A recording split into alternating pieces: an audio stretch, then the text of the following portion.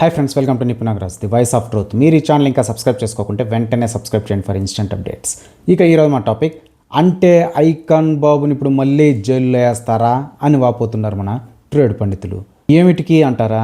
Situations చూస్తే అలాగే ఉన్నాయి. మరి మనకు తెలుసు కదా, లేని స్టార్డమ్ని చూపెట్టుకోవడానికి ఐకాన్ బాబు ఫుషఫా సైన్మా ప్రీమియర్ షో కోసం ఇరుకు రోడ్ల మధ్య ఉండే సంధ్యా థియేటర్కి వెళ్ళాడని.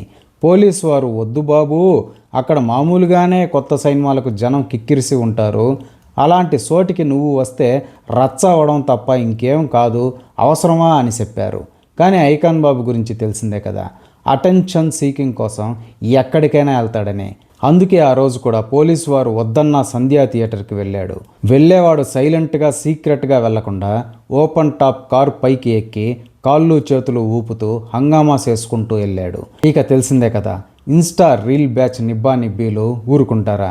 అర్జెంటుగా రీల్స్ చేసి అప్లోడ్ చేయడానికి ఒకరి మీద ఒకరు పడ్డారు. అలా థియేటర్లో జరిగిన దారుణ తొక్కిసలాటలో ఐకాన్ బాబు సినిమా కోసం వెళ్ళిన పాపానికి ఒక కుటుంబం ఇప్పటికీ మూల్యం చెల్లించుకుంటూనే ఉంది. ఆ తల్లి చనిపోయాక ఆ పిల్లాడు ఇప్పటికీ తినలేని పరిస్థితిలో మంచానికే పరిమితమయ్యాడు పాపం. ఇక ఆ పిల్లోడికి సేవలు చేసుకుంటూ ఒక చిన్న పాపని చూసుకుంటూ ఆ తండ్రి ఉద్యోగం కూడా మానేసి ఇంట్లో ఉండవలసిన అవసరం వచ్చింది. ఐకాన్ బాబు పబ్లిసిటీ ఓవర్ యాక్షన్ వల్ల ఒక కుటుంబం అలా దారుణ పరిస్థితికి వచ్చిందన్నమాట.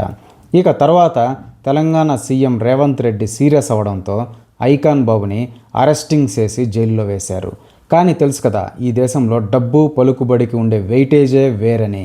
అందుకే ఒక్క రోజులోనే ఐకాన్ బాబు బెయిల్ పైన మళ్ళీ బయటకు వచ్చేశాడు. ఇంటికి వచ్చాక ఏదో పాకిస్తాన్ యుద్ధం నుంచి వచ్చినట్టు ఇంట్లో ఒక సెల్ఫ్ సంతాపం మీటింగ్ ఒకటి పెట్టుకొని ఇండస్ట్రీలో అందరినీ తన ఇంటికి పిలిపించుకొని వెరైటీగా రివర్స్ ఓదార్పు యాత్ర చేయించుకున్నాడు. ఫారిన్ ట్రిప్పులు తిరుగుతున్నాడు, లైఫ్ని ఎంజాయ్ చేస్తున్నాడు. ఇప్పుడు రాకా అంటూ ఒక ఫ్యాన్ ఇండియా సినిమా కూడా తీస్తున్నాడు. కానీ ఆ బాధిత కుటుంబం మాత్రం నరకం చూస్తోంది ఇంకా. ఇక ఇప్పుడు ఈ కేసులో A11 అక్యూజ్డ్గా ఉన్న ఐకాన్ బాబుని కోర్టుకు హాజరవ్వాలని ఆదేశాలు వచ్చాయి.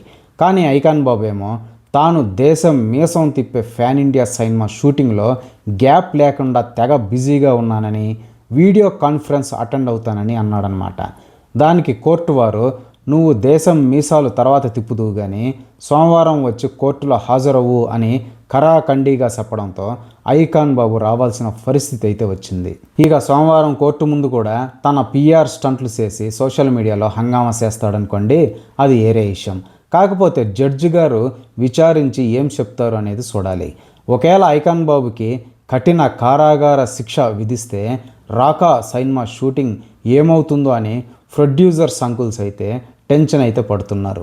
ఇక మ్యాటర్లోకి వెళ్తే, చట్టం ముందు ఎవరైనా సమానమే అనే సందేశం జనంలోకి పంపవలసిన ఆవశ్యకత ఎంతైనా ఉందని చెప్పాలి. కర్ణాటకలో చూసాం కదా, ఒక అభిమానిని పొట్టన పెట్టుకున్నందుకు కన్నడ మాస్ హీరో దర్శన్ అన్యాని కనికరం లేకుండా జైల్లో వేసి ఇప్పటికీ 2 ఏళ్ళు అవుతోంది. మరి మన దగ్గర కూడా అంత కఠినమైన నిర్ణయాలు తీసుకుంటేనే కదా వ్యవస్థలపైన సామాన్యులకు నమ్మకం కలిగేది అనేది ట్రేడ్ పండితుల భావన. లేకుంటే డబ్బు పలుకుబడి ఉన్న ప్రతి ఒక్కడు నీ చట్టం నా చుట్టం అని విర్రవీగిపోతూనే ఉంటారు. చూడాలి ఐకాన్ బాబు విషయంలో కోర్టు వారు ఏం చెప్తారో. ఈ సంఘటన మొత్తానికి కారణం ఐకాన్ బాబే అనేది నిర్వివాదాంశం. ఎందుకంటే గతంలో కూడా చాలామంది స్టార్ హీరోలు క్రాస్ రోడ్స్లో సినిమా స్క్రీనింగ్కి వెళ్ళారు, కానీ వాళ్ళు వెళ్ళిన విషయం వెళ్ళి బయటకు వచ్చేదాకా జనాలకు తెలిసేది కాదు. కానీ ఐకాన్ బాబు ఊరేగింపులా వద్దన్నా వెళ్ళి ఈ ఘాతుకానికి పాల్పడ్డాడని పోలీసు వారు అన్ని ఆధారాలు సేకరించారు కూడా.